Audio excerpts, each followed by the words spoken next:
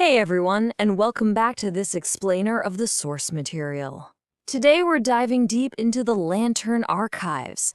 I've got my researcher hat on because we are unpacking one of the most fascinating and, honestly, deeply psychological magic systems you will ever come across. We're talking about a system where power isn't just handed out to the worthy or the devout or the incredibly ambitious. Nope. Instead, it violently erupts from human trauma, intense pressure, and raw contradiction. It literally defies absolutely every known rule in this universe. So let's just jump straight into it and explore the breathtaking phenomenon that is the random law of human raw powers. Here's a really quick look at our roadmap for today. We're going to start with when traditional magic failed, run through the 5 fundamental rules, weigh the heavy cost of awakening, map out the soul's fractures, and finally, look at how to survive the flare. Section 1. When magic systems failed, the mystery at Ver Malos. Okay, I want you to picture this. We're in the cracked hall of Malos. You've got all these scholars, angelic watchers, and emissaries gathered around, and they are completely stumped. They're trying to study 5 traumatized humans who have these bizarre new abilities, and they just cannot categorize them. See, up until this exact moment, the world categorized great powers by their shape, right? Demonic systems were organized, transactional. They wore crowns and dealt in temptation, strict contracts and ambition. Holy power was highly hierarchical, moving through strict alignment and obedience. Natural power answered to the balance of rivers and seasons. But these human powers, they had none of those clean lines. Among these 5 humans was a fisherman who survived drowning, a thief whose lie actually manifested physically, and a terrified child running from monsters. The experts tried to categorize these abilities by pain, by guilt, by age, by fear, and every single category utterly failed. Human raw power turned out to be totally chaotic. It was driven purely by pressure, and it was so uncomfortably personal. Completely severed from the clean transactional nature of those older systems. The sheer confusion in that cracked hall only broke when a researcher named Tomas Reed stepped forward. He took a piece of chalk and right there on the floor, he wrote, "Human raw power does not choose the strongest person. It chooses the unresolved moment." And you know what happened? The entire hall went dead silent. It wasn't because they logically agreed right away. It was because every single entity in that room felt the chilling, undeniable truth of it in their bones before their brains could even catch up. Section 2. The 5 fundamental rules. The anatomy of chaos. This brings us to the core framework of this magic, the 5 fundamental rules. And honestly, they're kind of terrifying. First up, it is born from pressure, not worthiness. It literally doesn't care if you're a hero or a broken king. And this absolutely terrified the demonic crowns. They were so used to bargaining, and now they couldn't predict who might suddenly awaken with the unpredictable power to turn their own starvation into a weapon. Second rule, random does not mean empty. Think of a traumatic event as a hammer, and the human soul as the bell. The awakening leaves a wound shaped exactly like the soul that rang it. Third, every awakening has a cost before a name. It could be blood, sleep, or memories. Take a warrior named Bran Ister, for example. He gained the power to shatter demon-forged armor, but the tragic cost was forgetting the face of the exact friend he was trying to protect. Rule 4. It completely resists clean ownership. During the siege of Harrow Gate, this demonic duke tried to bind 3 awakened humans into one contract, treating them like property. The contract physically tore itself apart and dropped the demon straight into his own unfinished bargains. You literally cannot possess a human raw power without fundamentally changing it. And then there's the fifth rule, which is absolutely crucial. It answers contradiction. Angels actually expected human contradiction to be a weakness. But when the eighth cry sent angelic listeners down to study this, they came back totally humbled. It turns out contradiction is the very chamber where raw power gathers its immense pressure. Think about it. You can deeply love and fiercely hate the exact same memory. A cowardly person can do something incredibly brave while absolutely terrified. We see this with the former executioner who had blindly obeyed orders for years until he finally realized the horror of what his hands had done. That crushing internal contradiction awakened a power that completely stopped any blade from falling within 7 steps of him. The law didn't forgive him, and it didn't condemn him. It just made his contradiction dangerously visible. Section 3. The Weight of Awakening, Leora Pen and Amu Veil. Let's look at 2 specific case studies to really understand this weight. First, 12-year-old Leora Pen. When demonic threats hit her town, her intense fear didn't summon fire or lightning. Instead, it manifested as what scholars called spatial refusal.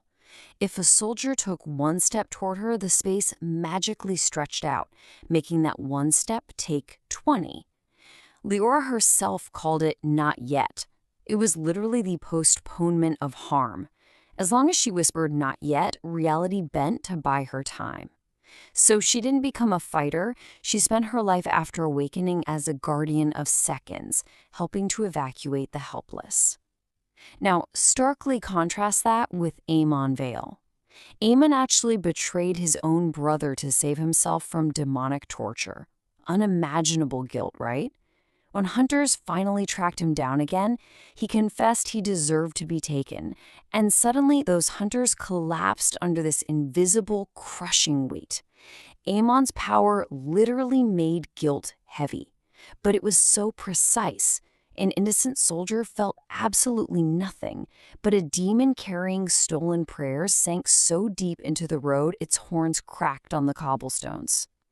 This is such a fascinating tension because the personal cost of the power often conflicts directly with moral character. Amon didn't get any absolution. He was simply assigned to guard prisoners and stand where tyrants pretended to be clean. And this leads us to a really critical warning from a bearer named Mira of the Broken Mirror. She identified something called the mirror error. This is the incredibly dangerous mistake of defining your human power solely by what it can defeat, which effectively strips away your true identity. Look, if you survive a demon, the temptation is to shape your whole identity as just anti-demon. But raw power isn't a copy or an imitation, it's a living, breathing response. When a demonic marquis tried to trap Mira in these endless, terrifying copies of herself, she defeated them just by asking, "What pain are you pretending is identity?" The mirror error looks a lot like discipline, which military commanders absolutely love, but it slowly breaks a living person down into a mere strategic function. Section 4. Mapping the Soul's Fractures. Selah Vaughan's insight. Because traditional categorization totally failed, researchers needed a completely new psychological way to document this. Enter Selah Vaughan. She realized categorizing by emotion or physical effect was a dead end. Instead, she invented crack maps. These were visual records showing exactly where intense pressure entered the person, where their soul split, and what specific power leaked through that fracture. To put it in simple visual terms, don't picture a neat organizational chart with circles and squares. Imagine jagged, organic spider webs, or maybe a pane of shattered glass drawn on parchment. Salah grouped people strictly by their underlying fracture. So Leora's spatial refusal and a totally different veteran who could stop arrows with his breath were grouped under the exact same fracture, the refusal of immediate harm. And by mapping these fractures instead of arbitrary categories, Celevorn revealed the true shape of the danger. But more importantly, this approach actively prevented commanders from making the dehumanizing mistake of treating these awakened individuals as weapons first and humans second. On every single crack map Salavorn made, she wrote one vital question in striking red ink. What must heal so the power does not become the only language this person has left? That is not just a poetic thought, it's a critical, life-saving medical directive. If the soul doesn't heal, the power is just going to consume that individual entirely. It'll leave them broken with literally nothing left but their trauma response. Salah understood that true mastery isn't just throwing power around. It's about surviving the psychological toll and resolving that inner fracture. Section 5. Surviving the flare. The path to mastery. So, how do you actually manage an ability born from such intense trauma? A researcher named Nadir Kaul gave us the breakthrough concept for this, the second awakening. See, when raw power is used, there's the big, spectacular flare, bending space, shattering crowns, all that noise. But Kel paid close attention to the silence immediately after the flare. In that quiet aftermath, the bearer either returns to themselves or they don't. The first awakening forces the power on you, but the second awakening, right there in the silence, is where you actually choose your long-term relationship with it. That pause is sacred because it restores the power of choice that the initial trauma originally stole from you. We see this practically applied by Bran Ister when he was teaching new students how to survive their abilities. Originally, Bran treated magic like a muscle. He forced refugees to repeatedly relive their traumatic awakenings, figuring that pressure would forge control. Yeah, it was an absolute disaster. One kid lost control and turned campfires into screaming fire animals. A woman just collapsed in sheer agony. You can't worship the wound that created the power. So Bran pivoted entirely. He started teaching what to do after the flare. The steps were simple but profound. Breathing, choosing, stopping, resting, and actively refusing any demonic provocation. True control doesn't come from ripping the wound back open. It comes from safely processing the aftermath. And here's the thing, you can't process that aftermath alone. Tomas Reed created the Living Index of Raw Awakenings to document all this, and it prioritized relationships over rankings. It's actually a pretty incredible book. If a military commander opened it looking for human weapons, the pages appeared completely blank. It only revealed its secrets to healers and the awakened themselves. The index asked 5 questions about a power, but the most important was always, who does the bearer trust? Human raw power is incredibly unstable, even fatal, if handled in isolation. Willpower alone isn't enough. It's only survived by building interpersonal relationships that are actually strong enough to hold the impossible. Ultimately, all these scholars, envoys, and bearers had to codify this wild new reality. They created the threefold accord. Angels wouldn't command them, nature wouldn't absorb them, and humans wouldn't weaponize them without consent. Standing before the first sanctuary, a leader named Elian Mar looked at all these messy, chaotic rules. The pressure, the contradictions, the need for healing. And he summed up the entire system with one mind-blowing realization. He said, it is not the law of power, it is the law of becoming. This magic doesn't just show what you can destroy, it reveals exactly how your unresolved moments are shaping the person you are turning into. So I'll leave you with this provocative thought. If your own deepest contradictions were suddenly made visible to the world today, what would they reveal about who you are becoming?